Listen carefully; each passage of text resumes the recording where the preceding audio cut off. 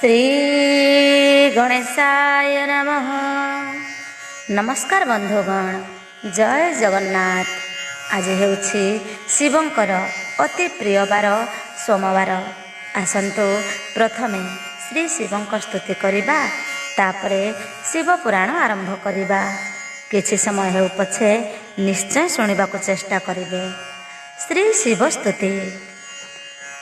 जय महादेव पंचानन उमापति, जय श्मशान बिहारी धवल मूरति, जय देवभूतनाथ अनल नयन, जय जोगेश्वर प्रभु वृषभ वाहन, जय श्री शंकर जय जय गंगाधर, जय भस्म बोला गात्र श्री चंद्रशेखर,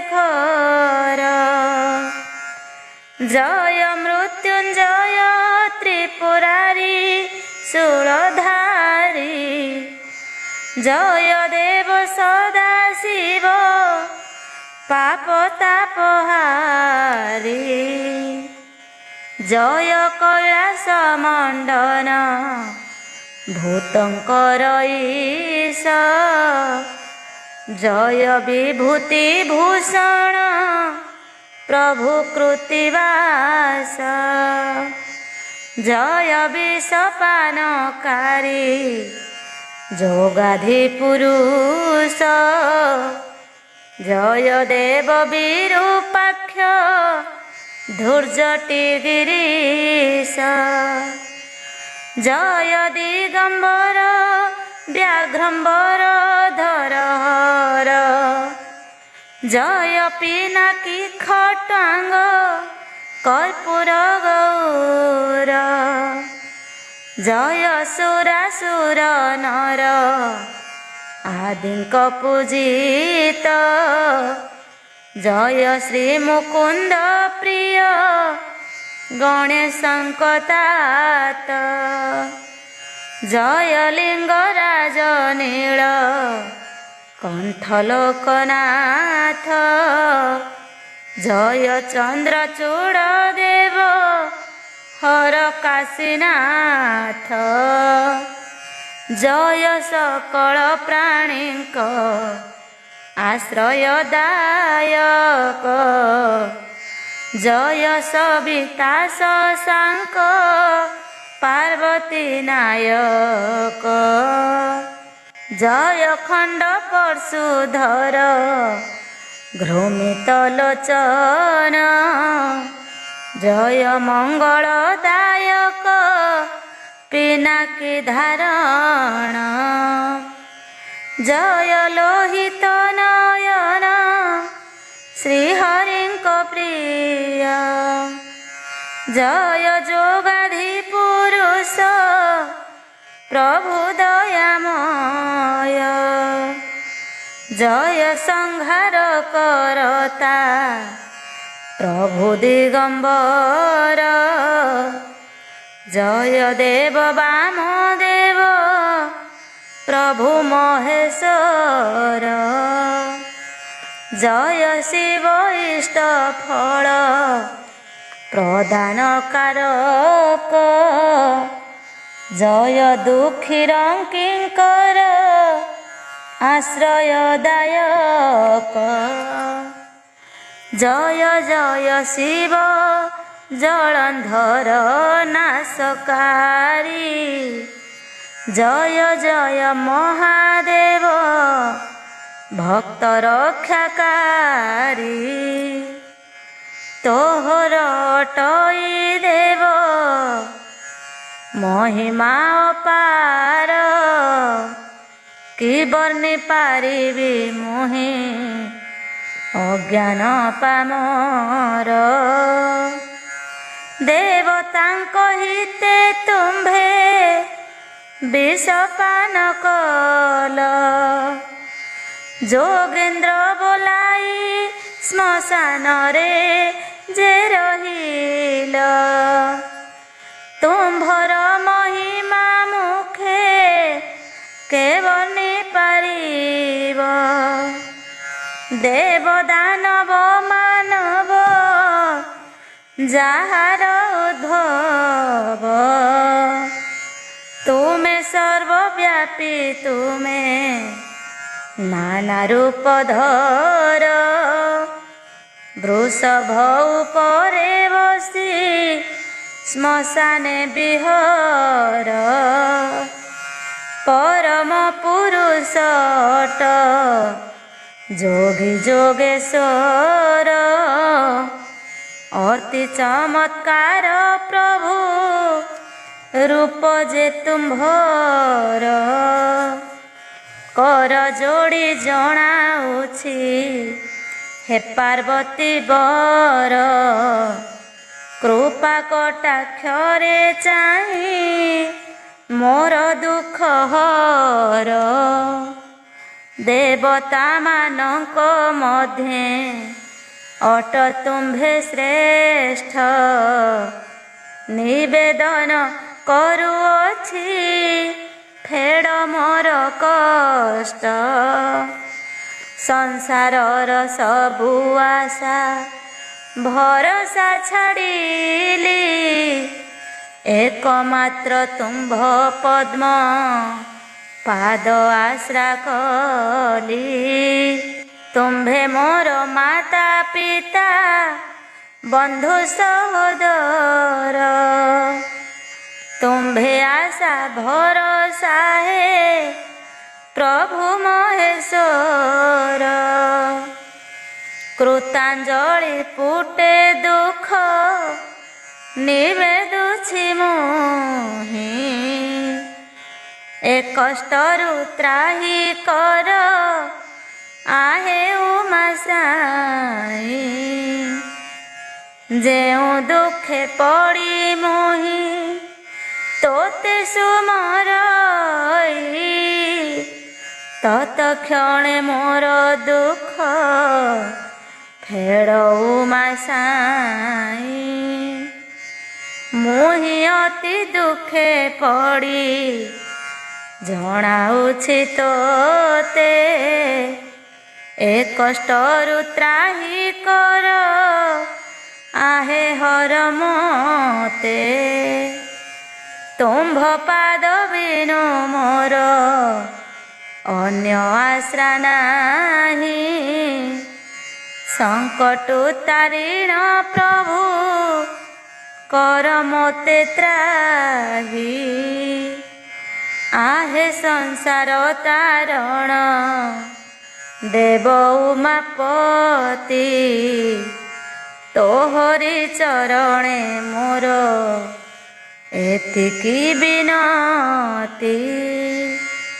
संकटर स्रोते देव भासुअछि मुहि दया करी मोते दियो कूल कूल गाई।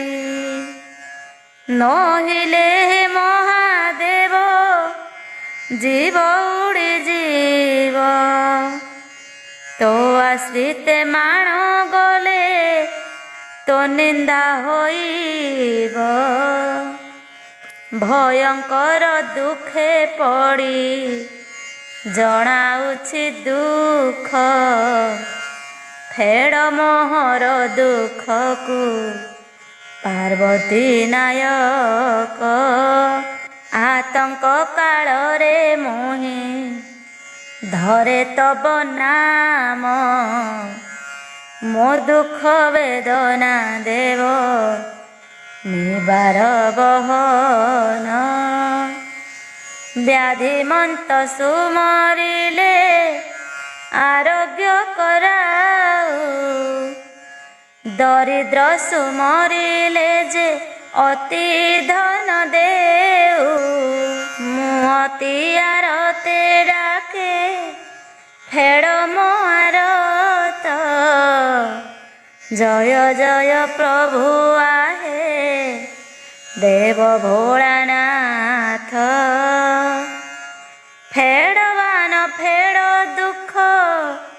शरण तोहर तोहि मो इष्ट देवता आहे देव हर।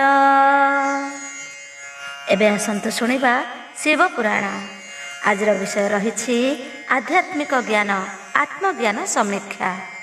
कहती गौरी तुम्भे शुण पंचानन विष्णु भक्त लोक सीना भक्त प्रधान न लागई भल मंद ताकू पाप पुण्य विष्णु आश्रित साध काले जे जेउ जन ईश्वर कहती सेवा आंभर चरण अष्टनिधि अमराधिपति पदमान सेवक हुअन्ति अंत कालरे आंभर सर्वदा लभई सेहि शंकरंक पुर ब्रह्मांक सेविले ब्रह्म लोक जे मिलई विप्र जन्म होई वेद अभ्यास करई इंद्र को जे सेवे अमरावती से पाई अष्टदिगपालंकर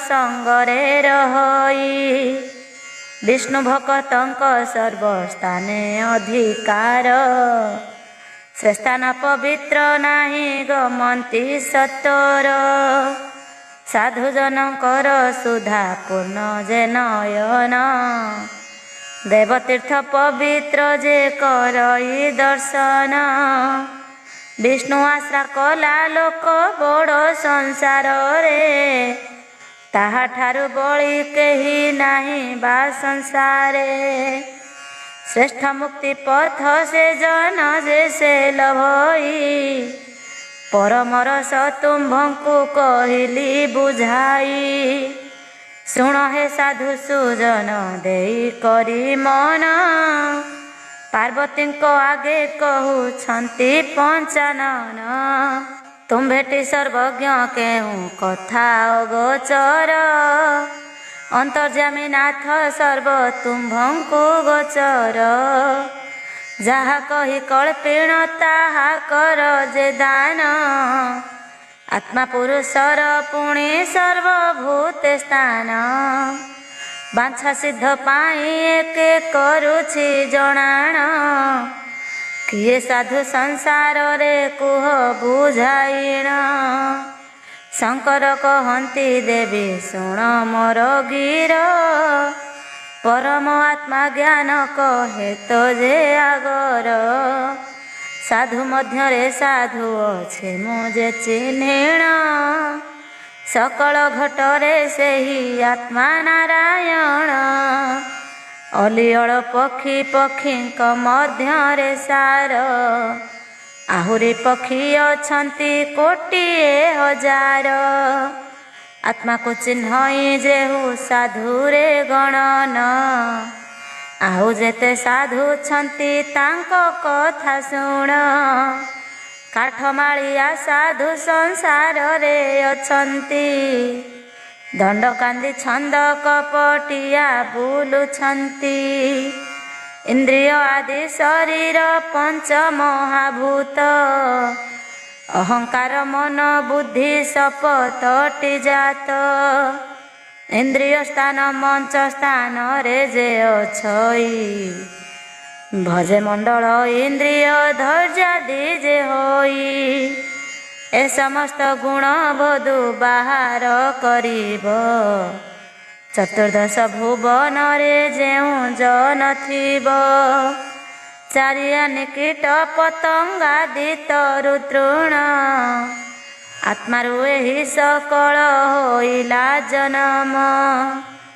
आत्मारु बाहर पंचविंश तत्व होई षड़ चक्रे 50 अक्षर जे बसई अबना को घेनिबार मात्रा मने कर एहि आत्मारु सकल होइछि बाहर नाड़ी चर्म मांस रक्त लोक पुणी हाड़ बात पित्त कफ पुणी स्वेद जे शोणित शिर कंटा मान पुणी नयन कपोल ଆତ୍ମାରୁ ସମ୍ଭୂତ ଦେବୀ ଅଟନ୍ତି ସକଳ। ଗଗନ ଯେ ଅନ୍ତରିକ୍ଷ ସମୀର ସଂସାର। ସାତ ଦୀପ ସପ୍ତ ଦୀପାରୁ ଆତ୍ମା ଜନମ। କେହି ନୁହଁ ମତ ସକଳ ମାୟା ବିହୀନ। ଚନ୍ଦ୍ର ସୂର୍ଯ୍ୟ ପବନ ନଳ ମେଘମାଳ। ଯେହୁ ବିହୁ ଇ ମହିପାଳ ଏ ଧରିର। ସକଳ ଶରୀରରୁ ଯେ ବାହାର ହୁଅଇ। ଆତ୍ମା ଯେ ନ କଲେ ଅନ୍ୟ କେହୁ ତ ନ ପାଇ। ଅସାତଥାଦି ବୃକ୍ଷ ଯେ ସଂସାରେ ଅଛଇ। ସମଲତାଦି ଯେତେକ ବନେଛନ୍ତି ରହି। ସକଳ ଆତ୍ମାରୁ ଭିନ୍ନ ଶୁଣ ଗୋ ଗୌରୀ। ଗରୁଡ଼ଠୁ ଯେତେ ପକ୍ଷୀ ଗଣ ଛନ୍ତି ପୁରୀ। ସିଂହଠାରୁ ବନ୍ୟ ଜନ୍ତୁ ସେ ଛନ୍ତି ବନରେ। କପିଳଠୁ ଯେତେ ଧେନୁ ଛନ୍ତି ଧରଣୀରେ। ଗଙ୍ଗାଦି ଯେତେ ନଦୀ ପୃଥିରେ ଅଛନ୍ତି। ପୃଥିବୀରେ ଯେ ବଣ ପଦାର୍ଥ ମାନ ଛନ୍ତି। ଯେତେ ଏକାଦଶୀ ବ୍ରତ ପୃଥିରେ ଅଛଇ। ସକଳ ଆତ୍ମାରୁ ପୁଣି ବାହାର ଅଛଇ। ଓଙ୍କାର ଆଦି ଗଢ଼ିଲା ଯେ ନାମ ଯେ ମାନ। ବେଦ ବେଦାନ୍ତ ଶାସ୍ତ୍ର ଯେ ଯେତେକ ବିଆଣ। 36 ମୂର୍ତ୍ତି ଅଷ୍ଟାଦଶ ଯେ ପୁରାଣ। ଆତ୍ମାରୁ ଉତ୍ପନ୍ନ ଷଡ଼ ଶାସ୍ତ୍ର ବ୍ୟାକରଣ। ଆତ୍ମାରୂପୀ ଏଣୁ କରି ପୁରାଣକୁ କହି। ଶୂନ୍ୟ ଶରୀର ଭେଦିଣ ପ୍ରକାଶି ଅଛଇ। ମନଠାରୁ ଦୂରେ ଛନ୍ତି ଯେତେ ଇନ୍ଦ୍ରିଗଣ। ଚିଆଁ ଚୈତନ୍ୟ ପୁଣି ଅମନ ପବନ। ସତରଜତମ ଅହଙ୍କାର ବୁଦ୍ଧିମାନ। ପ୍ରକୃତି ଜୀବ ଆଦି ଆତ୍ମାରୁ ଯେ ଉତ୍ପନ୍ନ। ଚନ୍ଦ୍ରମା ଠାରୁ ପୁଣି ଯେ ନଦୀ କ୍ଷେତ୍ର ଗଣ। ରବି ଠାରୁ ସକଳ ତେଜସ୍ୱୀ ଯେ ପ୍ରମାଣ।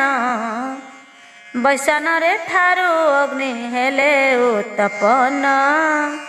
ସପ୍ତ ଆକାଶ ଦେବ କରିଲେ ସେ ସର୍ଜନ। ସପ୍ତମେରୁ ସପ୍ତ ଅଗ୍ନି ଯାହାଟି ସଂସାରେ। ସମଗୁଣୀ ତତ୍ତ୍ୱକୁ ଘେନ ଯେ ସମାନରେ। ସପ୍ତମନ ନିତ୍ୟ ତତ୍ତ୍ୱ ବରୁଣ ଘେନିଣ।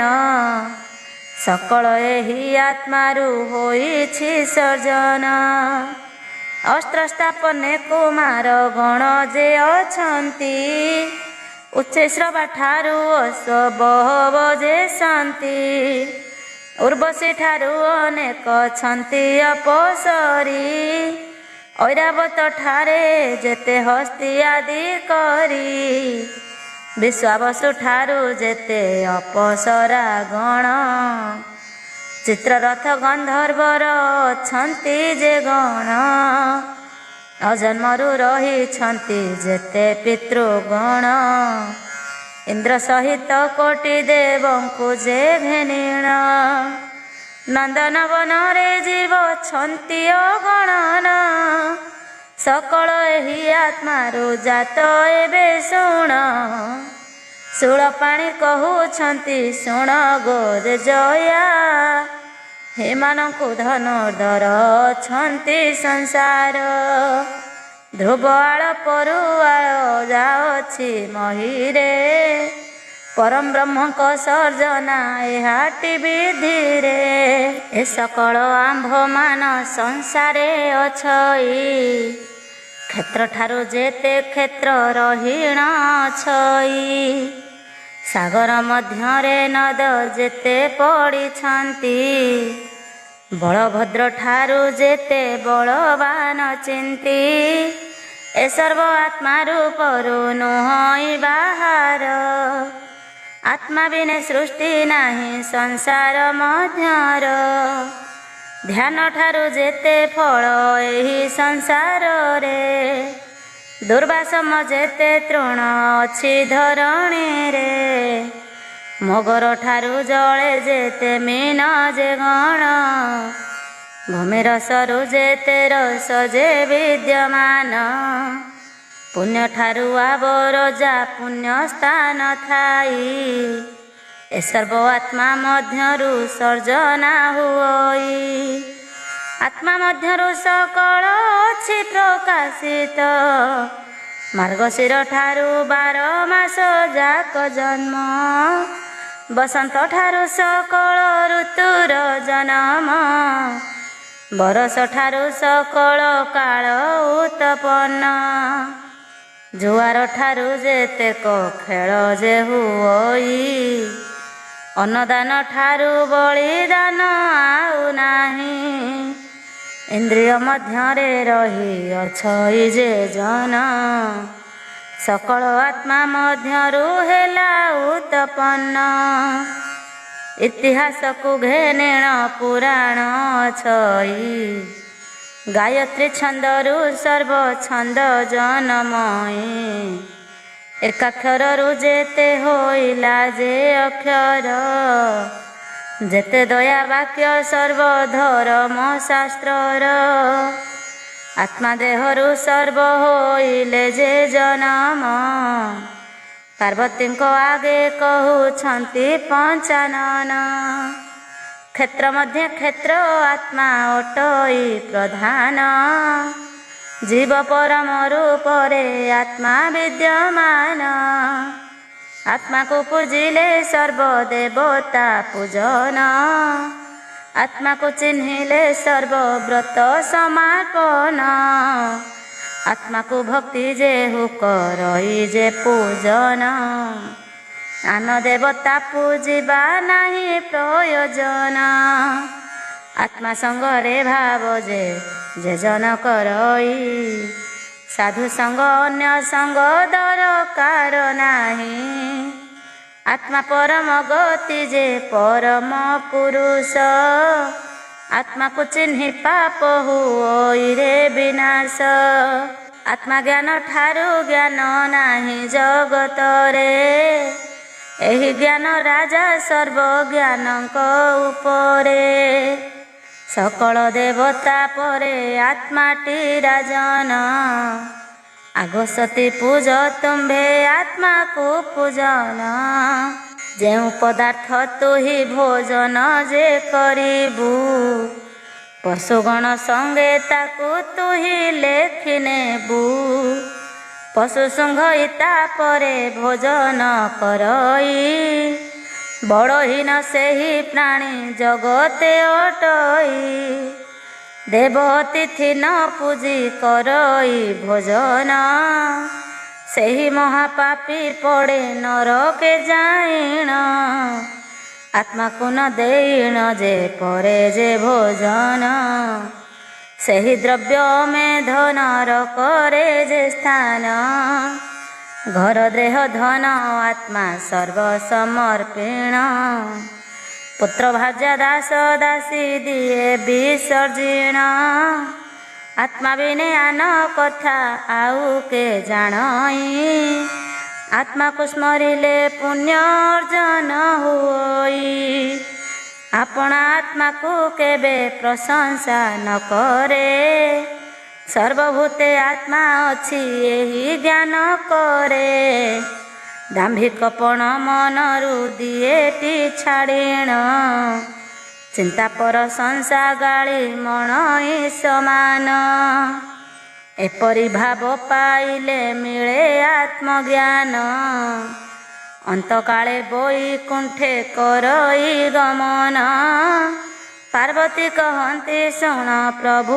ପଞ୍ଚାନନ, ବୃକ୍ଷର ମହିମା ମୋତେ କୁହ ବୁଝାଇଣ, କାହୁଁ ଜନମିଲା ବୃକ୍ଷ କେତେ ପ୍ରକାର, ଶୁଣିବା ପାଇଁ କି ଶ୍ରଦ୍ଧା ବଳିଛି ମୋହର, ଈଶ୍ୱର କହନ୍ତି ଆତ୍ମା ଭୂମିରୁ ଜନମ, ଜୀବ ବା ମୂଳ କମଳ ବୋଲି ତାକୁ ଜାଣ, 3 ଗୋଟି ମୂଳ 4 ରସ ସେ ବୃକ୍ଷର, ବୃକ୍ଷ ପ୍ରକାଶ ହେଲା ପଞ୍ଚମ ଯେ ପ୍ରକାର।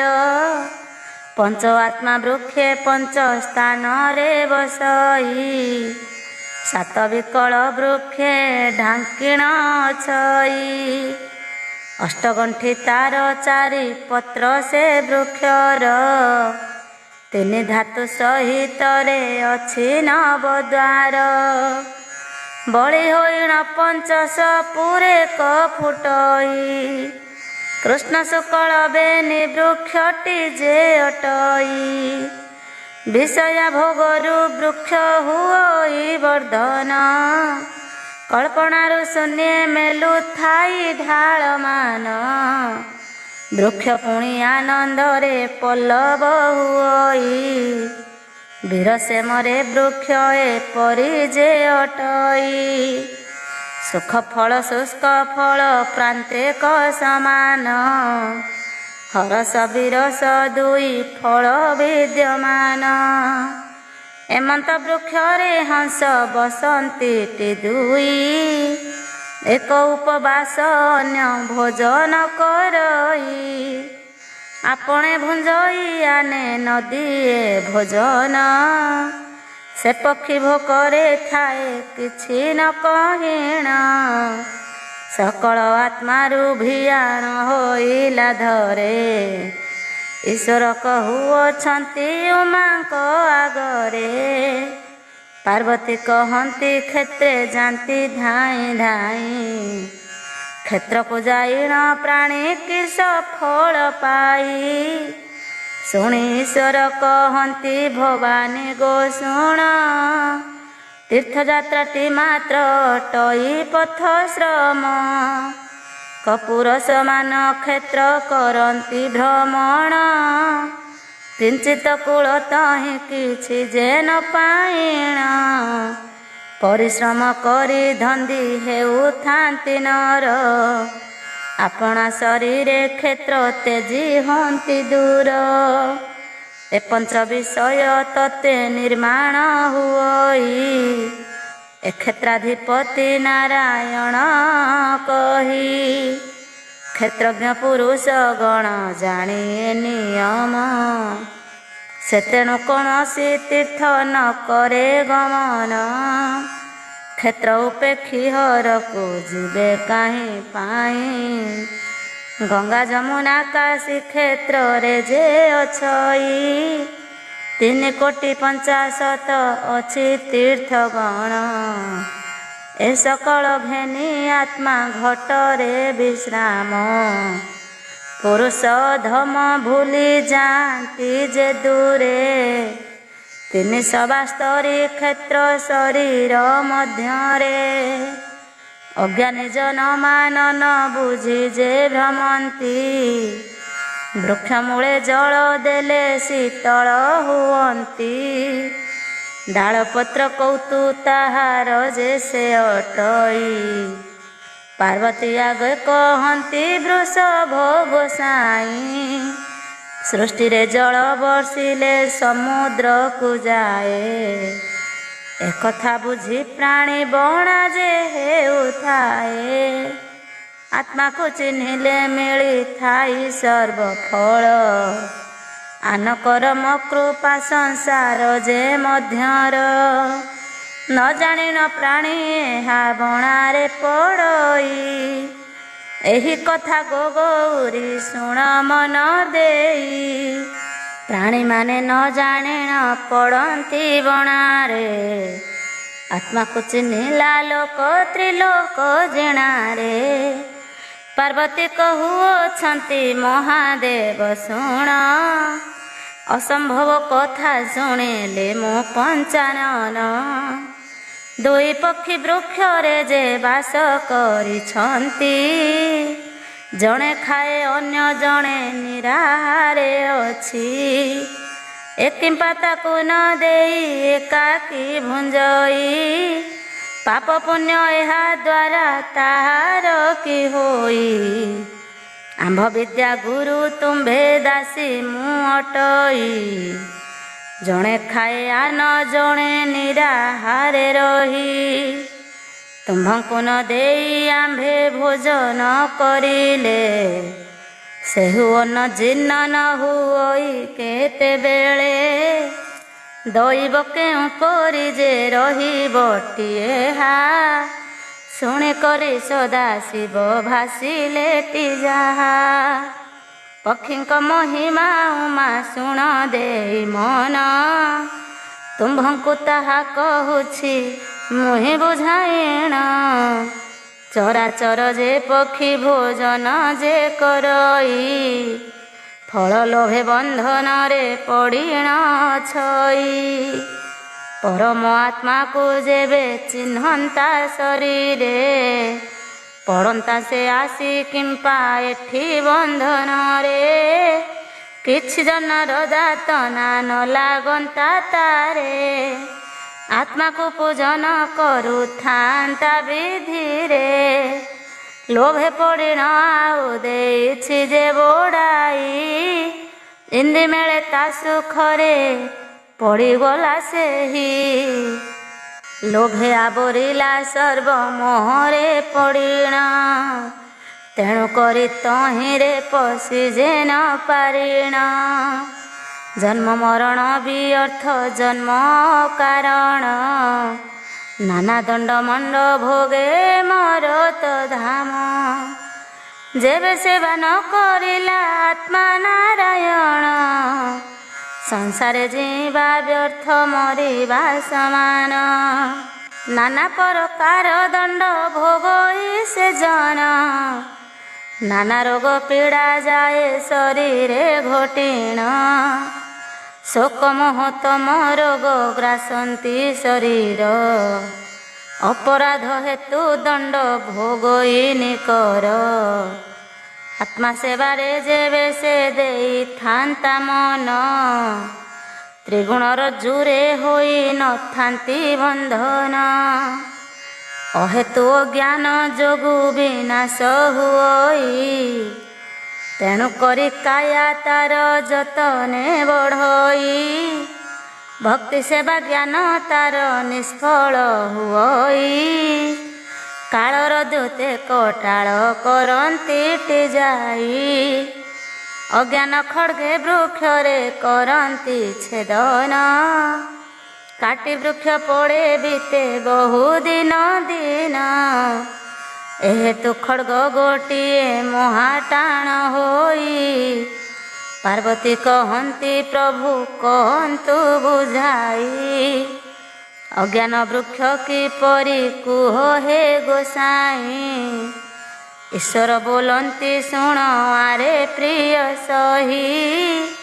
ପଦ ପଦ କରି ତୋତେ ଦେବାଟି ବୁଝାଇ, ସମୁଦ୍ର ମଧ୍ୟରୁ ଆତ୍ମାର ଭିତରେ ରହି। ସତ୍ୟମେଳରୁ ବୃକ୍ଷେକ ଜନମ ହୋଇ, ସେହି ବୃକ୍ଷର ନାମ ତୋତେ ଯେ ଦେବା କହି। ଶ୍ରଦ୍ଧା ହୋଇ କରି ପୁତ୍ର ହୋଇଲା ଜନମ, ବିରକ୍ତି ନାମେ କନିକା ତହିଁରୁ ଉତ୍ପନ୍ନ। ଶାନ୍ତ ଧୈର୍ଯ୍ୟ ଅହିଂସା ଯେ ଡାଳ ତାର ହୋଇ, କ୍ଷମା ଦୟା ଶାନ୍ତି ଶାଖା ତାହାର ଅଟଇ। ଏସନ ବୃକ୍ଷେ ଆନନ୍ଦେ ପୁଷ୍ପେକ ଫୁଟଇ, ସାତ୍ୱିକ ନାମରେ ଗନ୍ଧ ପ୍ରକାଶ ହୁଅଇ।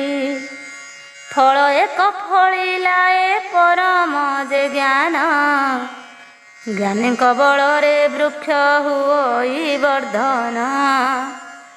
କର୍ମ ବୃକ୍ଷ ନାଶ ଯାଏ ଜ୍ଞାନ ଖଡ଼ଗରେ, ବାସୁଦେବ ପ୍ରୀତି ପୁଣି ହୁଏ ଅକର୍ମରେ।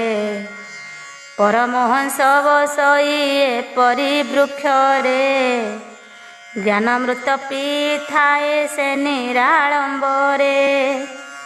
ଏମନ୍ତ ବୃକ୍ଷ ଭକତ ଜନ୍ମଇ ହୃଦରେ, ଧର୍ମ ଅର୍ଥ କାମ ମୋକ୍ଷ ଚୌବର୍ଗ ନିକରେ। ଆନ ବୃକ୍ଷ କଥା ଏବେ ଶୁଣ ଦେଇ ମନ, ମନରୁ ତୋହର କ୍ଷୋଭ ଜୀବ ଦୂରେଣ।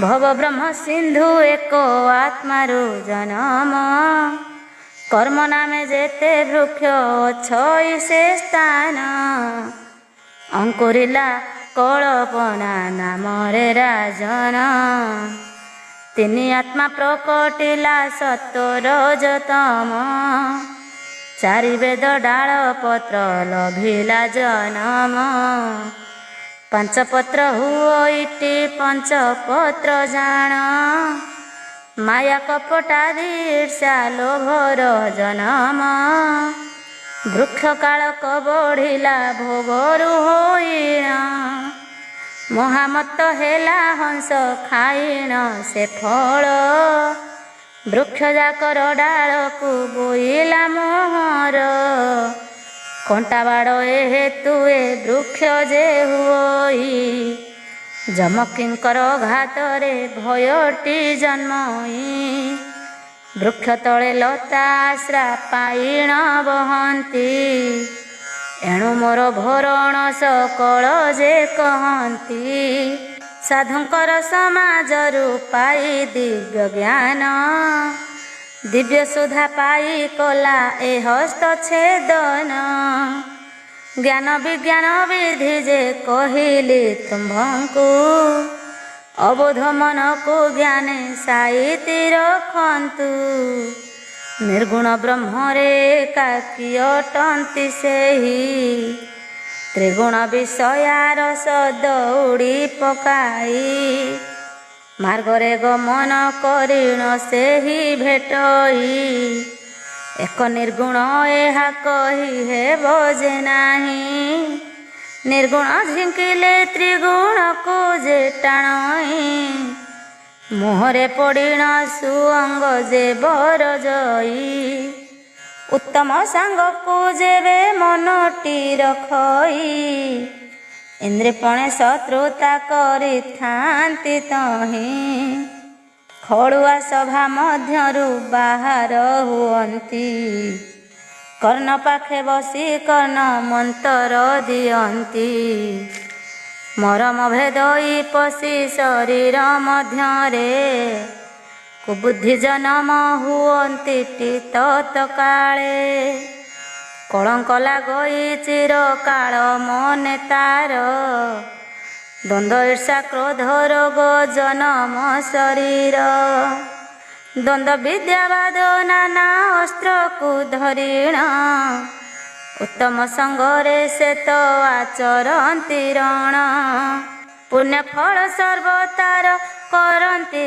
ନାଶନ ପାର୍ବତୀଙ୍କ ଆଗେ କହୁଛନ୍ତି ପଞ୍ଚାନନ ରୂପ ମାୟା ମୋହ ହିଂସା କ୍ରୋଧକୁ ଘେନିଣ ସ୍ୱର୍ଗର ଅଷ୍ଟ ଅପ୍ସରା ମର୍ତ୍ତ୍ୟରେ ଜନମ ଦୟା ନାମ କୀର୍ତ୍ତନ ବ୍ରହ୍ମ ଦିଜେ ନ କରେ ଏ ଅଷ୍ଟ ଥାନ୍ତି ତାଙ୍କର ତେ ପିଛାରେ ସେ ପୁଣ୍ୟ କଥାରେ ମନ ଯାଇଣ ପଶଇ ପଞ୍ଚମନ ଦିଅନ୍ତି ଯେ ଅଡ଼ୁଆରେ ଥୋଇ ଶାନ୍ତ ସତ ଚିତ୍ତ ମଧ୍ୟ ଯାଇଣ ପଶନ୍ତି ପାଞ୍ଚମନ ତାହାକୁ ତା ପାଇଁ ଯେ ନିଅନ୍ତି ଶସ୍ତ୍ର ମନେ ଘେନି କରିଥାନ୍ତି ସେ ପାନ ସମସ୍ତେ ଚଢ଼ି ତହିଁରେ କରନ୍ତି ତକ୍ଷଣ ସକଳ ଚଢ଼ି ଗୋଳ କରନ୍ତି ଯେ ତହିଁର ମନକୁ ସର୍ବଦା ସେହି କରେ ଟଳମଳ ଆତ୍ମଜ୍ଞାନ କେଉଁମାନେ କରନ୍ତି ସାଧନ ବଳରେ ଧରି ତାହାକୁ କରେ ଖଣମଣ 33 କୋଟି ଧନୁର୍ଦ୍ଧର ଯେ ସେ ମିଶନ୍ତି କାମଧେନୁକୁ ଧରିଣ ସମର କରନ୍ତି ପରମାର୍ଥରେ ତେଣୁ ଛାଡ଼ଇ ଯେ ତାହାକୁ ବିଷୟା ଜଞ୍ଜାଳେ ଛାଡ଼ି ଦିଅନ୍ତି ମନକୁ ତ୍ରିଗୁଣର ଜୁରେ ତାକୁ କରନ୍ତି ବନ୍ଧନ ଧର୍ମଦାଣ୍ଡରେ ଯେବେ ନ ପାରେ ଯେ ଉଠିଣ ସେ ପଥକୁ ଏଣୁ କେହି ଯାଇ ନ ପାରଇ ବିଘ୍ନ ଗଲେ ସରଗରେ ଜଗିଣ ବସିଥାଇ ଇନ୍ଦ୍ରିଗଣ ବନ୍ଧନରେ ରୁନ୍ଧେ ନବଦ୍ୱାର, ନିଗୁଢ଼ ସାଙ୍କଳି ନେଇ ବାନ୍ଧେ ଚରଣର। କୋଟି କୋଟି ମରିଯାନ୍ତି ଏହି ବନ୍ଧନରେ, ହାହା ଫିଟି ଯିବା ଏହୁ କେମନ୍ତେ ପ୍ରକାରେ। 5-25 ନାସିବ ତେଡ଼େ ସଙ୍ଗ ହୋଇ, ଅଷ୍ଟପାଶ ଗଣ୍ଠି ସାଙ୍ଖଳି ମାନଙ୍କୁ ଫେଡ଼ି। ବନ୍ଦିବାରୁ ମନ ଯାଇ ହୋଇବ ବାହାର, ସାଧୁ ସଙ୍ଗ କରି ଚିହ୍ନିବ ଆତ୍ମଜ୍ଞାନର। ବୈକୁଣ୍ଠେ ବସିବ ଯାଇ ଆତ୍ମାକୁ ଚିହ୍ନିଣ, ନ ପାରନ୍ତି ପଶି ଯହିଁ କି ସେ ବିଦ୍ୟମାନ। ସତ୍ୟ କର ତୁ ହି ଏବେ ସାଧ ଆତ୍ମା ଜ୍ଞାନ, ତୃଷା ସମୁଦ୍ରରୁ ସେ ଧରି ଯେ ନିଜ ନାମ।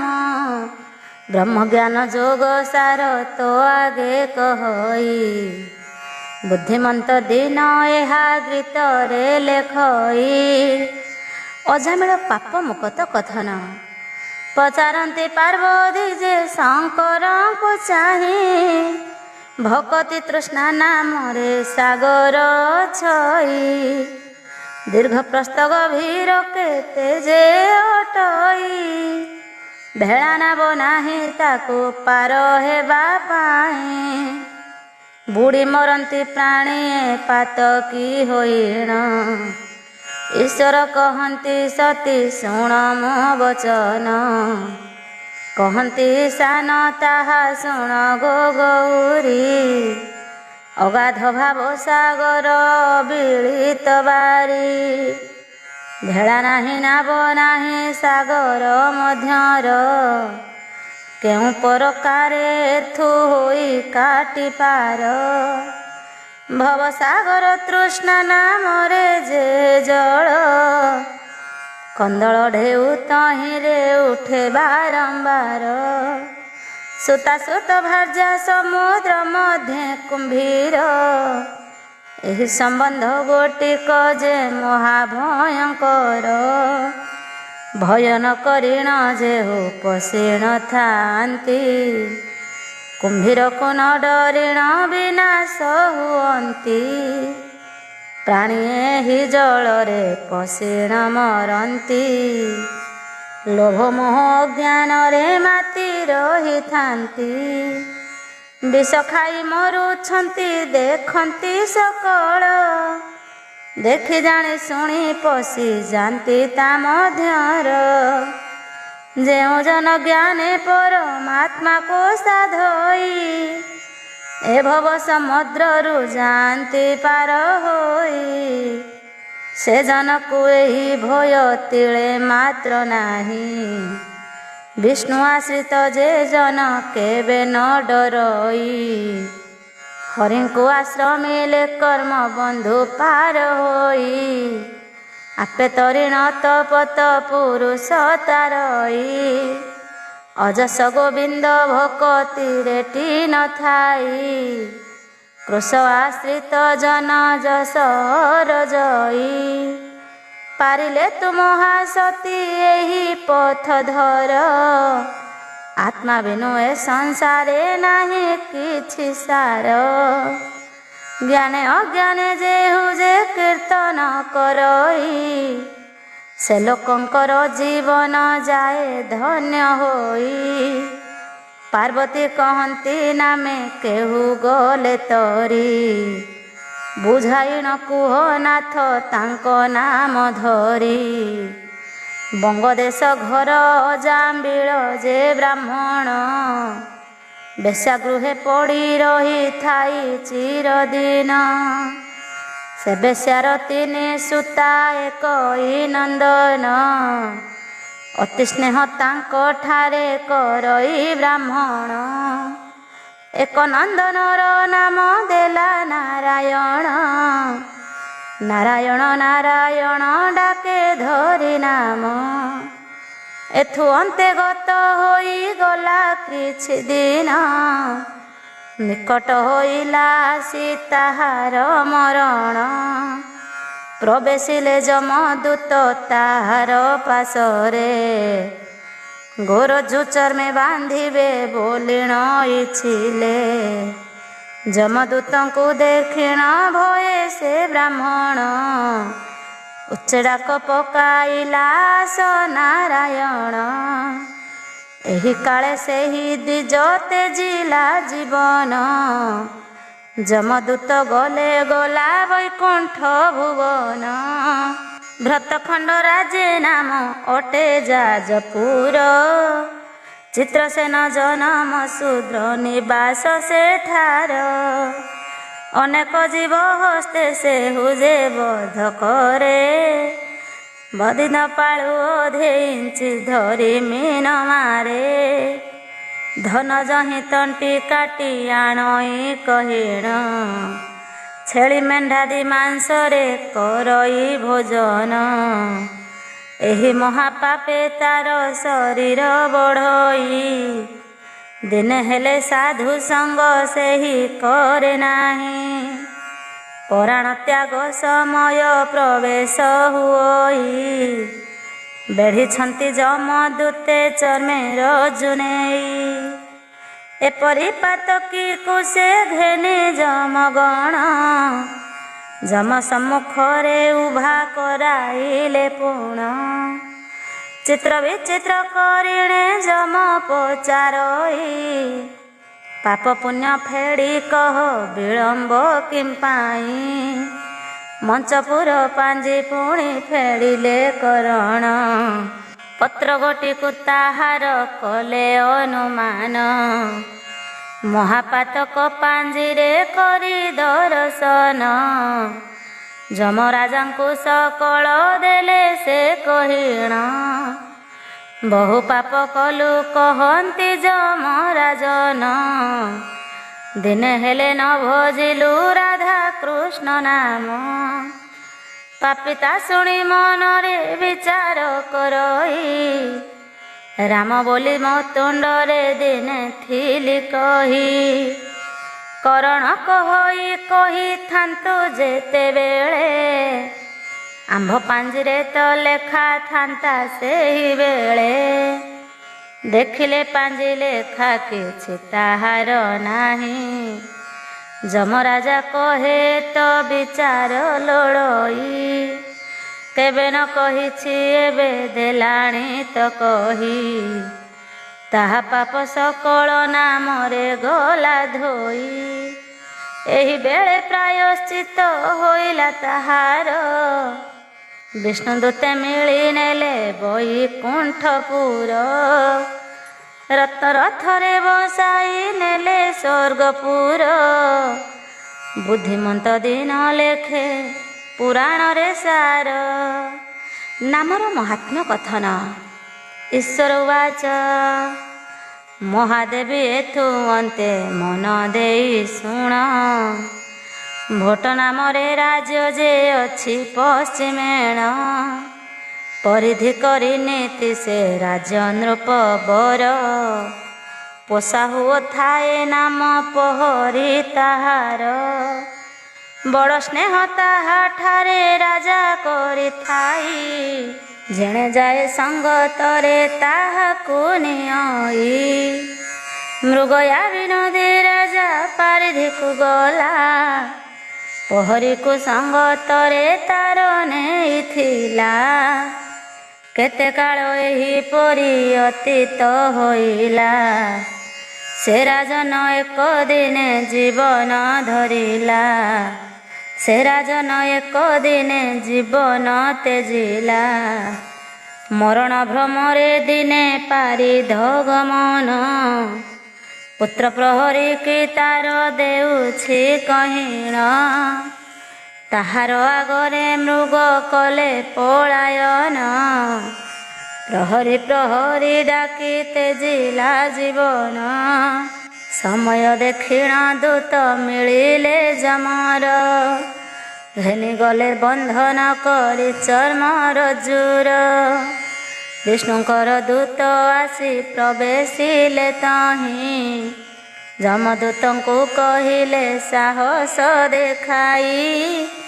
ମୁଖରେ ଉଚ୍ଚାରଣ କଲା ଯେ ସେହି ନାମ, ହରି ନାମ ନିଶ୍ଚୟ ଅଟେ ନାରାୟଣ। ମୁଖରେ ବୋଇଲା ନାମ ଅକ୍ଷର ତେଜିଣ। ଏହାକୁ ଛାଡ଼ ଯାଉ ବୈକୁଣ୍ଠ ଯେ ଭୁବନ। ଯମଦୂତ ମାନେ ତାହାକୁ ତେଜିଲେ। ବିଷ୍ଣୁଦୂତ ଘେନି କରି ବୈକୁଣ୍ଠକୁ ଗଲେ। ନେପାଳ ଦେଶରେ ମହାପାପୀ ଏକ ଥିଲା। ତୁଣ୍ଡରେ ଦିନେ ସେ ହରି ନାମ ନେଉଥିଲା। ଅନୁକ୍ଷଣେ ସେ ବାଳୁତ ପରି ଯେ ଭାସଇ। ରାମ ରାମ ଗୋଟି ସଦା ମୁଖରେ ଧରଇ। ମୃତ୍ୟୁ କାଳେ ତେଜି ଶ୍ରୀରାମ ନାମ ଧରଇ। ବୈକୁଣ୍ଠେ ଗଲା ଯମପୁରକୁ ନ ଯାଇ। ପଦ୍ମାବତୀପୁରେ ପାପୀ ଏକ ଥିଲା ଜଣ। ଶିବ ବିଷ୍ଣୁ ନିନ୍ଦେ ବେଶ୍ୟା ମେଳରେ ଥାଇଣ। କଦଳୀ ବନରେ ରହି ନାସି ତାର ମୂଳ। କହିବ ସନା ତୁହି ବାସୁଦେବ ମୋର। ମରଣ କାଳେ ହେତୁ ହୋଇଲା ଯେ ତାହାର। ବାସନା ବାସୁଦେବ ଜୀବ ଗଲା ପର ପାର। ଏକାମ୍ର ନାମରେ ବନ ଭାରତ ଦେଶରେ।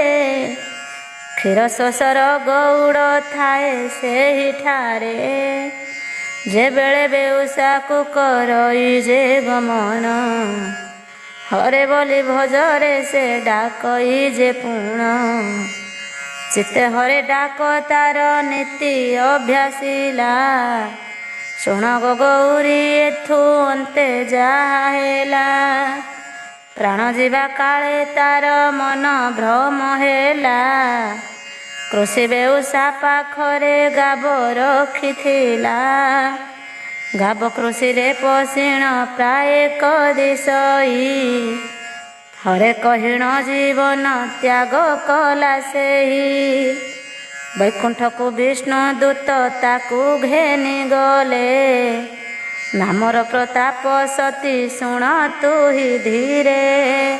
ବିରଞ୍ଚି ନାମେ ବ୍ରାହ୍ମଣ ମଗଧ ରାଜ୍ୟରେ। ସହଦେବ ନାମ ତାର ଏକା ସେ ସ୍ଥାନରେ।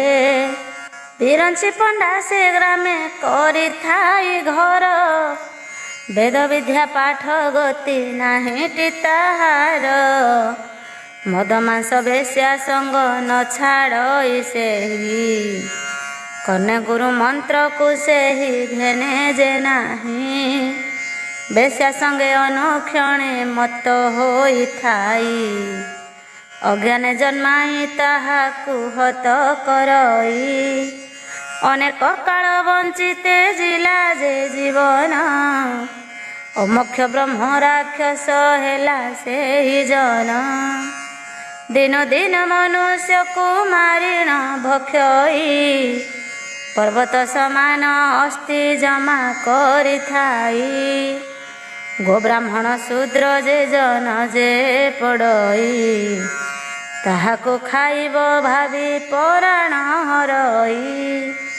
ମଡ଼ା ଘେନି ବସିଣ ଛଇ ଏକ ଦିନ। ନାରଦ ମହର୍ଷି ଆସି ମିଳିଲେ ସେ ସ୍ଥାନ। ଜନ୍ମ ପାପ ରାଶି ତାର ନାରଦ ଜାଣିଲେ। ନିକଟେ ମରିଲେ ଏହା ମନେ ବିଚାରିଲେ। ଏ ପାପୀକୁ ଆଜ ମୋକ୍ଷ କରିବହିଁ। ବ୍ରହ୍ମ ରାକ୍ଷସକୁ ବୁଦ୍ଧି ଦେବାଟି ଛଡ଼ାଇ। ସେ ସ୍ଥାନ ଡେଇଁ ନାରଦ ଗମନ୍ତି ଗମନ୍ତି। ବ୍ରହ୍ମ ରାକ୍ଷସ ଆସି ମିଳିଲା ଝଟତି। ଭଖିବା ପାଇଁ ତାଙ୍କୁ ରାକ୍ଷସ କହଇ। ବ୍ରହ୍ମାଙ୍କର ଶିଶି ତାକୁ କହନ୍ତି ବୁଝାଇ। ବୋଇଲେ ତ ଆଗେ କିସ ପଡ଼ିଣ ଛଇ। ମଡ଼ା ପଡ଼ିଅଛି ବୋଲି ରାକ୍ଷସ କହଇ। ନାରଦ ବୋଲନ୍ତି ମରାକୁ ଓଲଟାଇ। କହ ରାମ ସକଳ ପାତକ ଜୀବ ଧୋଇ। ସେହି କ୍ଷଣି ବୈକୁଣ୍ଠକୁ ଗଲା ସେ ରାକ୍ଷସ। ଦିବ୍ୟ ଦେହ ଧରି ଚଳେ ବିଷ୍ଣୁଙ୍କର ପାଶ। ନାମର ପ୍ରଭାବ ସଖୀ ମନ ଦେଇ ଶୁଣ। ନାମେ ପାଞ୍ଚଳି କୋଟିଏ ପିନ୍ଧିଲା ବସନ। ଗଜ ଉଦ୍ଧାର ହୋଇଲା ଧରି ଯେଉଁ ନାମ। ସାଗର ଲଙ୍ଘିଲା ଯେଉଁ ନାମେ ହନୁମାନ। ଯେଉଁ ନାମ ଜପୁଛନ୍ତି ମୁନି ଋଷି ଧରି। ମୁହିଁ ଜାଣ ଯେଉଁ ନାମେ ପକାଇଲି ଧରି। ଗୁରୁ ହତ୍ୟା ବ୍ରହ୍ମ ହତ୍ୟା ମାତୃ ହତ୍ୟା ମାନ। କିଞ୍ଚିତେ ନାଶ କରିଲ ଧରି ଏକ ନାମ। ଆଗ ସତୀ ରାମ ନାମ ହୃଦୟରେ ଧର। ସଂସାର ମଧ୍ୟରେ ସିନା ରାମ ନାମ ସାର। ଉମା କହନ୍ତି କଥାଏ ମୁହିଁ ପଚାରଇ। ମହାପ୍ରଭୁ ଅନ୍ତର୍ଯ୍ୟାମୀ ଜଗତ ଗୋସାଇଁ। ବ୍ରହ୍ମ ବୋଲି କରି କିଏ କହନ୍ତୁ ବୁଝାଇ। ସୃଷ୍ଟି ସରଜନା ପରା କରୁଛନ୍ତି ସେହି। ଈଶ୍ୱର କହନ୍ତି ଏବେ ଗୌରୀ ଗୋଶୁଣ। ଗୁରୁ ପରା ସାକ୍ଷାତ ଅଟନ୍ତି ପରମ ବ୍ରହ୍ମ। ସୃଷ୍ଟି ଯେ ସରଜଇ ସେହି ଅଟେ ଯେ ବ୍ରହ୍ମ। ଅନ୍ୟକୁ ବ୍ରହ୍ମ କହି ସୁରା ନ କର ପାନ। ଶବଦକୁ ବ୍ରହ୍ମ କହନ୍ତି ଆଗ ପାର୍ବତୀ। ଦାରୁ ବ୍ରହ୍ମ ରୂପ ଜଗନ୍ନାଥ ଧରିଛନ୍ତି। ଜୀବ ସ୍ୱୟଂ ବ୍ରହ୍ମ ପରମ ବ୍ରହ୍ମ ବୋଲି ଜାଣ। ଏକା ବ୍ରହ୍ମ ଅଟେ ସେହି ଜଗତର ବ୍ରହ୍ମ। ଆତ୍ମା ଅକ୍ଷୟ ଅବ୍ୟୟ ଆରେ ପ୍ରିୟ ସହି। ପ୍ରଳୟକୁ ଏତେ ବ୍ରହ୍ମା ସମ୍ଭାଳନ୍ତି ତହିଁ। କହନ୍ତି ପାର୍ବତୀ ମୁହିଁ ହୋଇଲି ନିସ୍ତାର। କେବେ ଜଗନ୍ନାଥ ହେଲେ ଦାରୁ ଅବତାର। କାହିଁଥିରେ ଦାରୁ ବ୍ରହ୍ମ ହେଲେ ଜଗନ୍ନାଥ। କିବା ଦାରୁ ବ୍ରହ୍ମ ଥିଲେ ଆଦ୍ୟ ବିଶ୍ୱପତ। ବୁଝାଇଣ ସେହି କଥା କହନ୍ତୁ ଈଶାନ। ହସି ପାର୍ବତୀକୁ କହୁଛନ୍ତି ପଞ୍ଚାନନ। ସତ୍ୟପୁରେ ନାରାୟଣ ଅବତାର ହେଲେ। ମତ୍ସ୍ୟ କଚ୍ଛପ ବରାହ ନୃସିଂହ ହୋଇଲେ। ସତ୍ୟଯୁଗ ହେଲା ରୂପ ଧରନ୍ତେ ବାମନ। ତ୍ରେତୟା ଯୁଗରେ ପୁଣି ହେଲେ ପରଶୁରାମ। ରାବଣ ବଂଶ ନାସିଲେ ରାମ ଅବତାରେ। ରଙ୍ଗା ଅବତାର ବିଷ୍ଣୁ ଦ୍ୱାପର ଯୁଗରେ। ଗୋପାଳ ବେଶ ଧରିବି ଯେ ଗୋପପୁରେ। ଭଗବାନ କଲେ ଲୀଳା ଅଷ୍ଟମ ବର୍ଷରେ। ବିନାଶୀନ ତାଙ୍କୁ ମିଳି ଦ୍ୱାରାବତୀପୁରେ। ଶଙ୍କର କହନ୍ତି ଗୌରୀ ଶଙ୍କର ଆଗରେ। ଯଦୁଭୋଜ ବଂଶେ ନାନା ସୂତ୍ର ପକାଇଣ। ଯୋଗେଶ୍ୱର ମାୟାରେ ଯେ ତାଙ୍କୁ ବିନାଶୀଣ। ପାଣ୍ଡବ ରଖିଲେ ଦୁର୍ଯ୍ୟୋଧନ ବଂଶ ମାରି। ଶଙ୍କର କହନ୍ତି ଏବେ ଶୁଣି ଗୌରୀ। ଶିଆଳି ଲତାରେ ଦୋଳି ଖେଳିଲେ ଯାଇଣ। ମୃଗ ପ୍ରାୟ ଦେଖି ଶବର ବିନ୍ଧିଲା ପ୍ରାଣ। ଡକାଇଣ ଅର୍ଜୁନ ବିଷ୍ଣୁପୁର ଗଲେ। ପ୍ରଭୁଙ୍କୁ ପଡ଼ିଲେ ସର୍ବଚନ୍ଦନ କାଷ୍ଠରେ। ପାଣ୍ଡବେ କରିଲେ ଦାହ ବିଷ୍ଣୁଙ୍କୁ ଏପରି। ନ ପଡ଼ଇ ନାଭି ବ୍ରହ୍ମର ହୋଇ ସେ ପରି। ଚରଣ ପଡ଼ିଲେ ପାଦ ଠାରୁ କଟି ପୋଡ଼େ। କର ପଲ୍ଲବ ପୋଡ଼ିଣ ଗଲା ସେ ଅଗ୍ନିରେ। ପୋଡ଼ି ନ ପାରିଲେ ତାଙ୍କୁ ପାଣ୍ଡବେ ଲାଗିଣ। ଚିତାଭସ୍ମ ସମୁଦ୍ରରେ ଦେଲେ ପକାଇଣ। କଳେବରକୁ ପୂଜଇ ଆନନ୍ଦେ ବରୁଣ। ଦ୍ୱାପର ଯୁଗ ଶେଷ କଳି ଯେ ଆଗମନ। କଳି ଭୋଗ ହେଲା 1500 ଦିନ। ପୃଥ୍ୱୀରେ ଇନ୍ଦ୍ରଦ୍ୟୁମ୍ନ କଲେ ରାଜପଣ। ବିଷ୍ଣୁ ନ ଦେଖେ ସଂସାରେ ଚିନ୍ତଇ ରାଜନ। ଚାରିଦିଗେ ରାଜା ତହୁଁ କଲା ଅନ୍ୱେଷଣ। ତାହାର ବିଚାର ସତୀ ଶୁଣ ଦେଇ ମନ। ପଶ୍ଚିମକୁ ଯେଉଁ ଚାର ଥିଲାଟି ଯାଇଣ। 50 କୋଶ ଦ୍ୱୀପ ମଧ୍ୟରେ ବୁଲଇ। ଫେରି କହିଲା ବିଷ୍ଣୁ ଯେ ନ ପାଇଲି ମୁହିଁ। ବଡ଼ ଚିନ୍ତା କଲେ ଶୁଣି ଇନ୍ଦ୍ରଦ୍ୟୁମ୍ନ ଆହେ। ଉତ୍ତର ଚାର ନ ପାଇ ଫେରିଣ ଆସିଲା। ମେରୁ ପର୍ଯ୍ୟନ୍ତ ବିଷ୍ଣୁଙ୍କୁ ଖୋଜିଲଇଁ ମୁହିଁ। ନିରାଶେ ଫେରିଲି ତାଙ୍କୁ କେଉଁଠି ନ ପାଇ। ପ୍ରବେଶିଲା ଚାର ପୂର୍ବ ଦିଗରୁ ଆସିଣ। ନୃପତି ପାଶରେ ଧୀରେ କହଇ ବଚନ। ପୂର୍ବ ସମୁଦ୍ର ପର୍ଯ୍ୟନ୍ତ ଯାଇଥିଲି ମୁହିଁ। 54 ସହସ୍ର କୋଶେ ତାହାଙ୍କୁ ନ ପାଇ। ବିଷ୍ଣୁ ପୂଜା ମନ୍ଦିର ତ କାହିଁ ନ ପାଇଲି। ମନ ମଧ୍ୟରେ ଚିନ୍ତା କଲେ ନୃପ ସେହିପରି। ସୁଦେବ ନାମେ ବିପ୍ର ଦକ୍ଷିଣେ ଯେ ଦିଗର। ଦେଖିଲା ଧବଳେଶ୍ୱର ଯାଇ ଯାଜପୁର। ଖଣ୍ଡଗିରି ଗୋନାସିକା ଏକାମ୍ର କାନନ। ଶବରପଲ୍ଲୀ ଗୋଟିଏ ଦେଖେ ବିଦ୍ୟମାନ। ବିଶ୍ୱାବସୁ ଶବରର ତହିଁ ଅଟେ ଘର। ଲଳିତା ନାମେ ଅଛଇ ଦୁହିତା ତାହାର। ତିନି ପ୍ରାଣୀ ଶବର ସେ ଭାର୍ଯ୍ୟାକୁ ମିଶାଇ। ତୁଳସୀ ଚଉରା ତାର ଦୁଆରେ ଅଛଇ। ଓମ୍ ନମଃ ଶିବାୟ।